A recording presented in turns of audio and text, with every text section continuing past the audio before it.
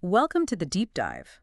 We cut through the noise, look at the sources, and pull out the real insights for you. Glad to be here. Today, we're tackling health statistics. Now, I know what you might be thinking. Numbers, charts, maybe a bit dry. Yeah, maybe, but stick with us. Yeah, because understanding just the basics here can actually unlock some, well, really powerful stories about your health. It's quite surprising. It really is. I mean, these statistics are everywhere. You see them in the news. You hear them from your doctor. Right. They can seem intimidating, maybe, Mm-hmm. but they're genuinely the key to figuring out what's really going on and making choices you feel good about. Exactly. So our mission today, it's pretty straightforward. We want to make biostatistics clear, cut through that confusion, Mm-hmm. and give you what you need to, understand health data and feel confident about your own health decisions. Sounds like a plan. Okay, let's dive right in then. What is biostatistics, just in plain English? And crucially, why should you, listening right now, actually care? Well, simply put, biostatistics is just using statistical methods tools, really, to understand biology and health. Oh. It's how we gather information, analyze it, and figure out what it means. Everything from, say, how diseases spread to whether a new drug actually works. So it's the science underpinning all those health numbers we see. Exactly. But the why care part, if I'm not a scientist, not a doctor, what's really in it for me? Because it's the foundation for so much that impacts your health directly. Think about public health, for instance. Yeah. Biostatistics is how we track flu outbreaks, see if vaccines are working across large groups of people, or pinpoint things that put certain communities at higher risk for diseases. Right, like the behind-the-scenes detective work, keeping populations healthy, that daily illness tracking. That's biostatistics. Okay. Absolutely. Protecting all of us. And it's just as vital in medical research. How so? Well, every new treatment, every diagnostic test Yeah. has to be studied really carefully. Yeah. Biostatisticians design those studies. They analyze the results to see if what looks like a benefit is, real, or if it could have just happened by chance. So they're the quality control, making sure medical advances are actually effective. Precisely. They filter the evidence. And maybe most relevant for day-to-day life, it supports your individual health care. My doctor's appointments. Yeah. The advice your doctor gives, the screening tests they suggest, the info you get on treatments ideally, all of that should stem from solid evidence. And that evidence comes from biostatistical analysis. Okay, I'm starting to see the connections now. But how does knowing this actually give me, more power? What can I do with this information? Understanding the basics empowers you in several really key ways. First, you become a much sharper consumer of health news. So I can spot the hype. Exactly. You'll get better at seeing exaggerated claims or maybe noticing when risks are downplayed or sometimes blown way out of proportion. Less likely to be swayed by sensational headlines. That alone sounds valuable. There's so much health info flying around. What else? Second, you can grasp the evidence behind your doctor's recommendations more clearly. Meaning? Meaning you can ask better questions, more informed questions. You can be a more active participant in decisions about your own care rather than just passively accepting things. So I can understand the why and have a real conversation about it, not just nodding along. Precisely. And third, you can make more informed personal choices about diet, exercise, whether to go ahead with a certain procedure, because you'll have a better handle on the potential upsides and downsides based on the data. Right, taking more ownership. Okay, you mentioned analogies earlier to make it more relatable. Yeah, think about a weather forecast. If it says there's an 80% chance of rain. I grab my umbrella. Right. Yeah. You're using that probability, that statistic, to make a practical decision. Biostatistics helps us do something similar with health information. Navigate it more wisely. Oh. Or think about sports stats. Fans use them to understand player performance, team strategy. Mm-hmm. It adds a layer of understanding. Yeah. Biostatistics can do the same for your health. Add that informed layer. Those work. They really make it click. Okay, so we know what it is, why it matters. Let's get into some specifics. What are the common ideas, the concepts we really need to get a handle on? Okay, first up, populations and samples. This is fundamental. In health research, we're usually interested in a really big group that's the population. Like, say, all adults with type 2 diabetes in the country. Exactly. Or all children under 5. Or everyone over 65 in a particular city. Huge groups. Way too many people to actually study individually. Precisely. It's almost always impossible, or at least impractical, to study everyone. So researchers study a smaller group drawn from that population. That's the sample. Got it. Sample is the small group, population is the big group it represents. Yes, but here's the crucial part.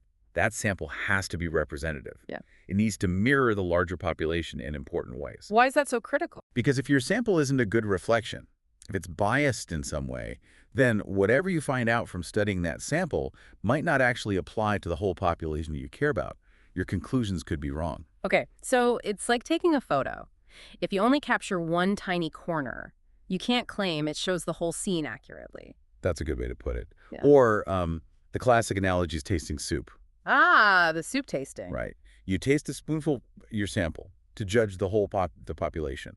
But if you only scoop broth from the top and all the veggies and salt are at the bottom. Your spoonful isn't telling you the truth about the soup. Exactly. A representative sample is absolutely key for results you can trust and apply more broadly. That soup analogy is great. Very clear. Okay, samples represent populations. What's next? Next up, measures of central tendency. Fancy name, simple idea. These are just ways to describe the typical value in a data set. You mean like the average? Exactly. But there are actually three main ways we talk about the typical value. The mean, the median, and the mode. Okay, 3 types of average. Break them down. The mean is the one most people think of. Add up all the numbers, divide by how many numbers there are. Simple average. Like the average age someone has a first heart attack might be, say, 62. Right. Gives you general sense, but it doesn't tell you about the variation, Okay, standard average. What about the median then? The median is the middle value. If you lined up all your data points from smallest to largest, the median is the one smack dab in the middle. The physical middle point in the list. Yes. And the really useful thing about the median is that it's not easily swayed by extreme values outliers. Ah, I see. So if you're looking at, say, hospital bills, a few incredibly expensive stays could really pull the mean cost way up. Exactly. But the median cost would give you a better idea of what a more typical stay costs for most people because it's just the middle value, ignoring the extremes. You got it. Those super high or super low numbers can distort the mean, but the median stays more stable, representing that true middle ground. That's why you often see median income reported, not mean income. Makes sense. And the third one, the mode. The mode is simply the value that shows up most often in the data. Most frequent. Yep. If you ask patients what day they prefer for appointments, and Tuesday was picked more than any other day, Tuesday would be the mode. Okay. So mean, median, mode, 3 ways to look at what's typical. And the best one depends on the data. Absolutely.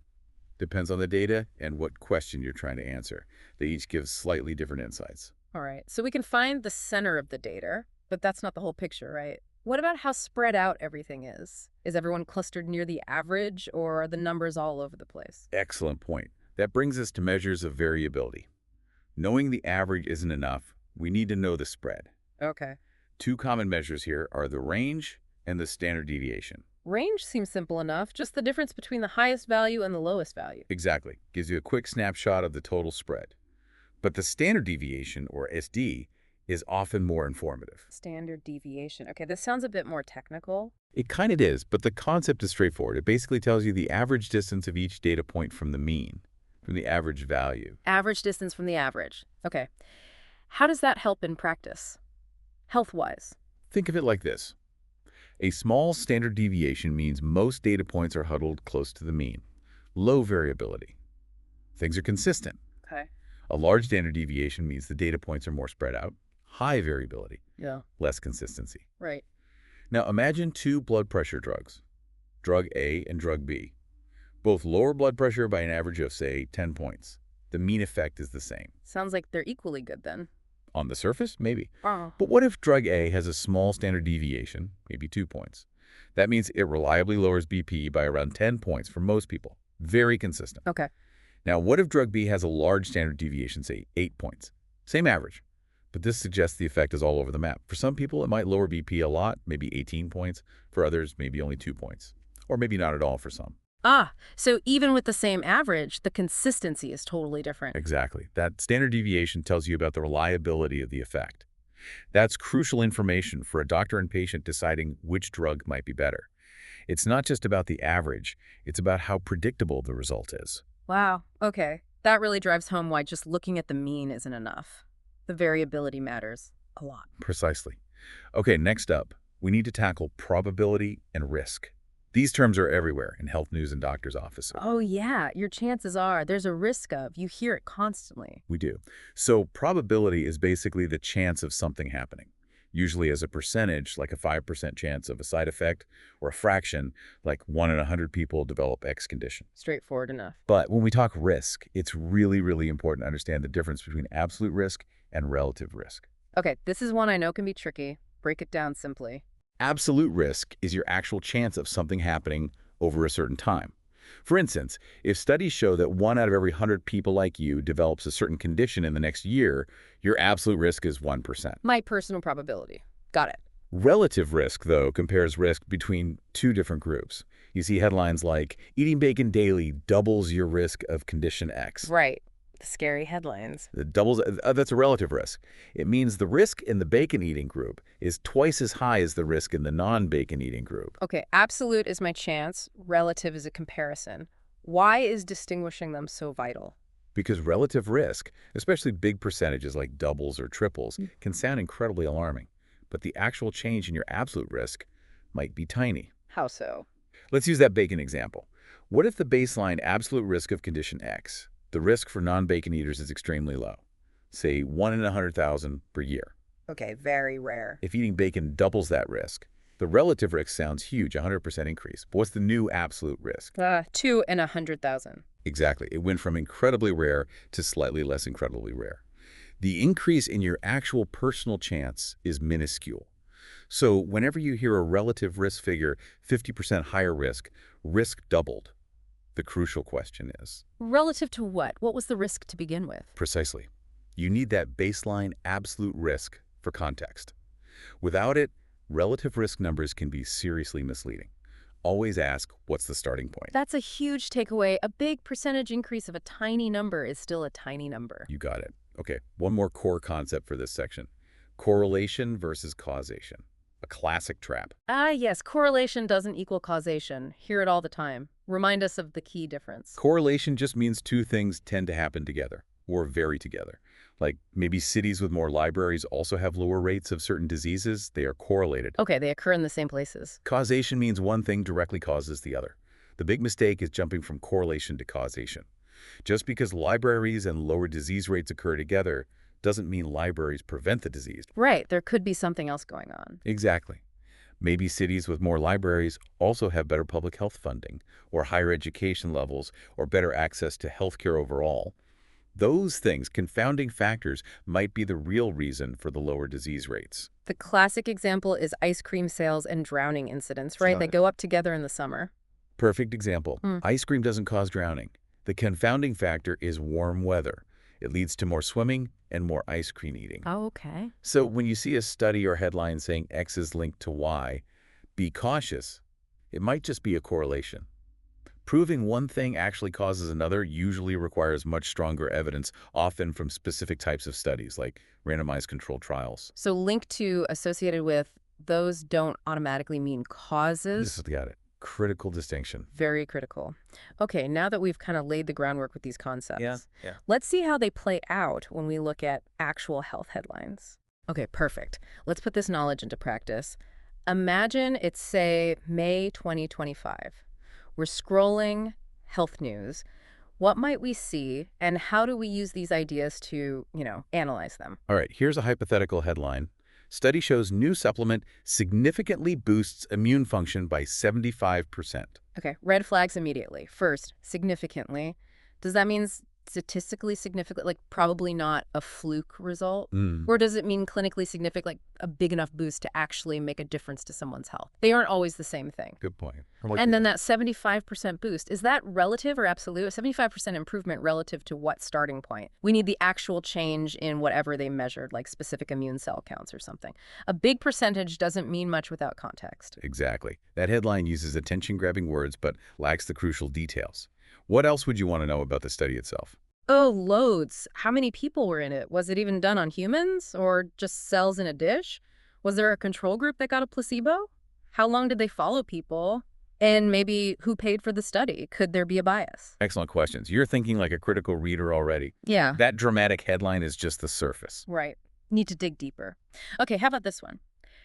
Research links heavy smartphone use to increased anxiety in teens. Okay, what's the first concept that jumps out there? Links. That screams correlation, not necessarily causation. Right, so what are the possibilities? Well, maybe heavy phone use does cause anxiety. Ooh. Or maybe teens who are already anxious tend to use their phones more, perhaps as a coping mechanism or distraction. That's definitely possible. What else? Or maybe there are other factors entirely, like maybe social pressures or lack of sleep or school stress contribute to both heavy phone use and anxiety. It's hard to untangle just from saying they're linked. Precisely. It's a classic correlation situation. It's really difficult to prove direct causation in these kinds of observational studies. You have to be cautious about assuming one causes the other. So observe the link, but don't jump to conclusions about cause and effect. Got it. Now, you mentioned confidence intervals before. Let's say we see a study result like new drug lowers blood pressure by 8 millimilli Hg, 95% CI, 5 to 11 millimilli Hg. How do we unpack that? Okay, that 95% confidence interval, the CI, tells us the range where we could be pretty confident, 95% confident, in fact, that the true average effect of this drug in the whole population lies. So the real average drop is likely somewhere between 5 and 11 points. Exactly. This interval, 5 to 11, is relatively narrow, which suggests our estimate of the drug's effect, 8 millimilli Hg, is fairly precise. What if it was wider, like say 1 to 15 millimilli Hg? A wider interval like that would mean more uncertainty. The true effect could be quite small, 1 millimilli Hg, or quite large, 15 millimilli Hg. Less certainty about the estimate. Okay. And what's the key thing about whether 0 is in the interval? That's crucial. Notice our interval here is 5 to 11. It does not include 0. Right. That tells us it's unlikely the true effect is 0. The drug probably does have a real effect on lowering blood pressure. But if the interval had included 0, say it was -2 to 10 millimilli Hg. If the 95% confidence interval includes 0, it means that 0 effect, no difference between the drug and maybe a placebo, is a plausible value for the true effect. So the result might just be due to chance. We can't be confident there's a real effect. Exactly. If the range of plausible effects includes 0, we can't rule out the possibility that the drug doesn't actually do anything, on average. Checking if the CI crosses 0 is a key check for statistical significance. Okay, that clarifies confidence intervals a lot. It's about the range of plausible true effects and whether that range includes no effect at all. You've got it. Yeah. And understanding these kinds of things is how you start to make real sense of health research findings. This has been incredibly useful. Seriously. So let's bring it all together. How can we, practically use this understanding in our daily lives to make better health choices? Any concrete tips? Absolutely. First, just be that critical consumer of health news we talked Don't about. question the headlines. Yes, don't just swallow them whole. Ask about the study basics: who, how many, control group. And always look for the absolute risks, the actual numbers, not just the flashy percentages or relative changes. Dig a little deeper. Don't stop at the headline. Right. Second, use this knowledge to have better conversations with your doctor. How so? Empower yourself to ask clarifying questions. What are the benefits of this test or treatment for me in real numbers? What are the potential harms or side effects, and how likely are they, again, in absolute terms? So asking for the specifics. Yes, and ask about alternatives. Ask about the evidence supporting the recommendation.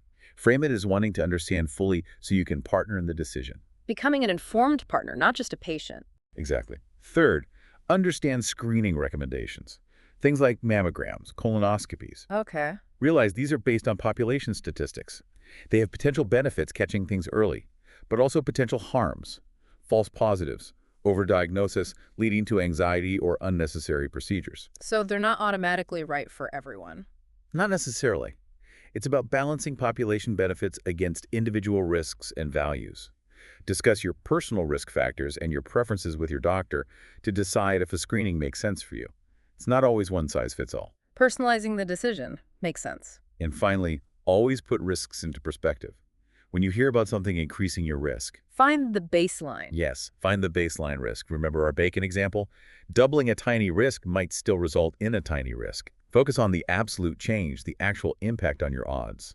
Okay, so the goal here isn't really to become a statistician overnight. Not at all. It's more about cultivating Yeah, informed curiosity, healthy skepticism. exactly that. Healthy skepticism and the confidence to ask good questions. It's about having the basic tools to cut through the hype, understand the numbers better, and make choices that feel right for you. This has been genuinely eye-opening. Okay, so let's quickly recap.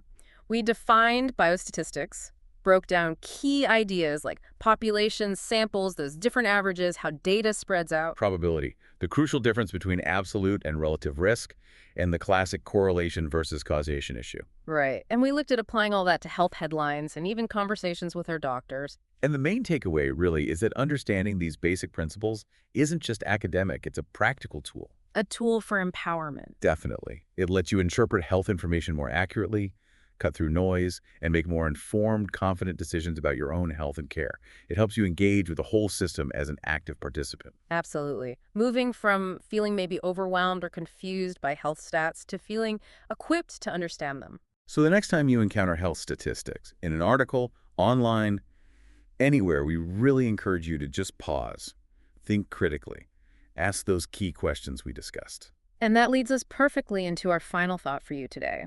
Think about this. The power of numbers, once you understand how to read their story, is really the power to make better choices for a healthier life. How might you approach the next health claim you see armed with this new perspective? Something to consider. Thanks for taking this deep dive with us.